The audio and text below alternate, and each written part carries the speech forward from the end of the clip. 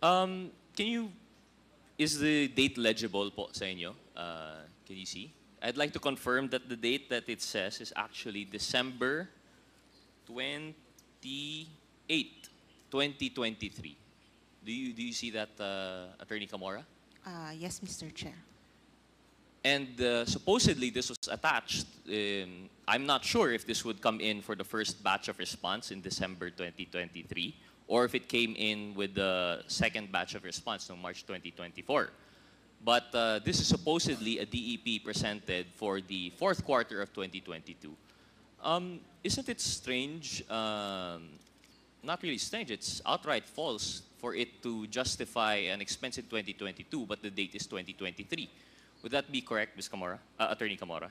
That is correct, Mr. Chair. Actually, one of the findings under the notice of suspension is that some of the acknowledgement receipts were dated December 2023, and some were even undated. Yes. And this would be the basis for disallowance? Or was this, this was the findings of the AOM po, no? Yes, that is under the notice of suspension na po, Mr. Chair. Since nakapag-comply na sila, so yung observation namin was already under the notice of suspension po. Okay. How would it be complied po, Attorney Camora? How did they rectify the AR? If it, I mean, my understanding po is pag submitted po yung AR, this is already supposedly presumed to be regular, and then you have an outright problem such as 2023. Although you might say na typographical error, but correct me if I'm wrong, this happens more than once po. Is that correct, Attorney Camora? That is correct, Mr. Chair. Would you know how many ARs exactly yung dated 2023 submitted for 2022? Mr. Chair, we have attached it in the original notice of suspension. However, we do not have the figures today.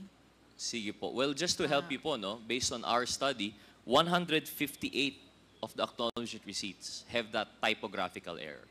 We would understand the typographical error if it happens once or twice, and at most for one individual to make that mistake multiple times. But for supposedly acknowledgement receipts which come from different sources, this should be different people issuing it po, diba? These are different people signing off for different expenses. Now, for 158 people to make the same mistake, is that something that would be acceptable? Is that an acceptable margin of error for the COA? Mr. Chair, they answered in their compliance. As to the Mr. Chair, apologies. Maybe what does it mean to answer with the compliance? So they took back yung AR na mali po yung date, or? No, Mr. Chair. Yung compliance nila contained their answers why they had the acknowledgement receipts dated December 2023 and undated acknowledgement receipts. And what was the answer po, Attorney Camora? They said they have inadvertently contained clerical or typographical errors indicating 2023 instead of 2022.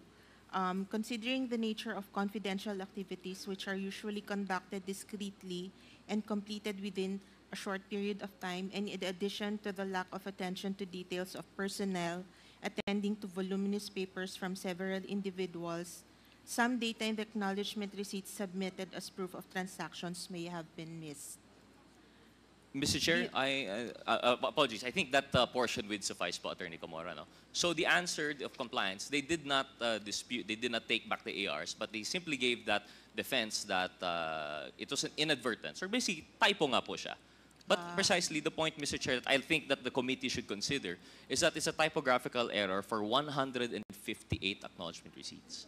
This is not something that I think, although we do not argue with the COA, of course, this is their jurisdiction. It is precisely their decision if that compliance would be sufficient. However, I think for us to consider in strengthening the laws that we are going to craft, in support perhaps of the joint memorandum circular, I think we have to be stricter with the acknowledged receipts to be issued. Because, Mr. Chair, I think, I would like to propose one thing. Of course, the COA will not be able to answer this. But given the timeline po, no, September 2023 yung first na AOM, the October 2023 was the compliance with the first batch of ARs, and then December 2023, the notice of suspension. And that was the time siguro po, no, that they were coming up with these new ARs. It would make more sense, Mr. Chair, for them to make that mistake. Because when you, pag nagkaka-typographical error po natin sa date, the usual mistake is you put on the date that is current. Isn't it possible, Mr. Chair, based on human experience, isn't it more likely that these ARs were prepared a year after the fact already?